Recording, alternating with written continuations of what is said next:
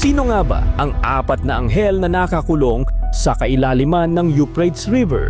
At bakit ayon sa Biblia na kapag sila ay pinakawalan, marami ang mamamatay? Sa aklat ng pahayag, partikular sa Revelation chapter 9 verse 14 to 15, ay may binanggit na apat na anghel na kakaiba sa lahat ng alam natin tungkol sa mga anghel. Hindi sila ay pinakilalang tagapagligtas, hindi rin sila mensahero ng pag-asa. Sa halip, sila ay nakagapos, ikinulong at hinihintay ang eksaktong oras na itinakda ng Diyos para sa isang napakalaking hatol. Ayon mismo sa Biblia, ang apat na anghel na ito ay nakagapos sa dakilang ilog ng Euphrates.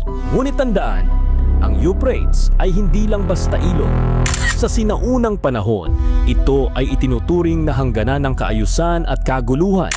Isang lugar na konektado sa Babylonia, digmaan at pagbagsak ng mga imperyo.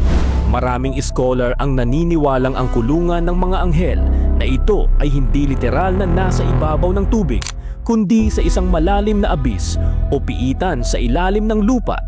Isang lugar ng kadiliman at paghihintay. Sa ibang sinaunang sulatin tulad ng Book of Enoch, binabanggit ang mga anghel na tinawag na Watchers.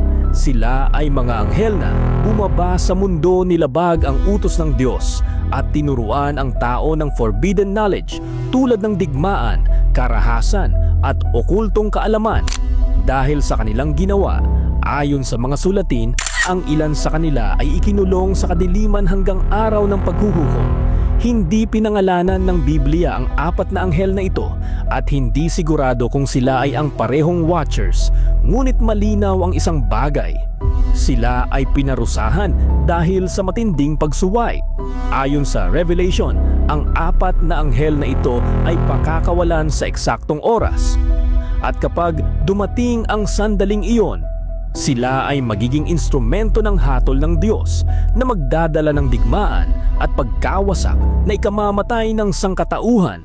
Kaya ang tanong ngayon, kung ang apat na anghel na ito ay tunay na nakakulong pa rin, gaano na tayo kalapit sa oras ng kanilang paglaya at sa judgment ng Diyos? Marami ka na bang nakikitang sign? Comment mo ang thoughts mo ka, Watcher.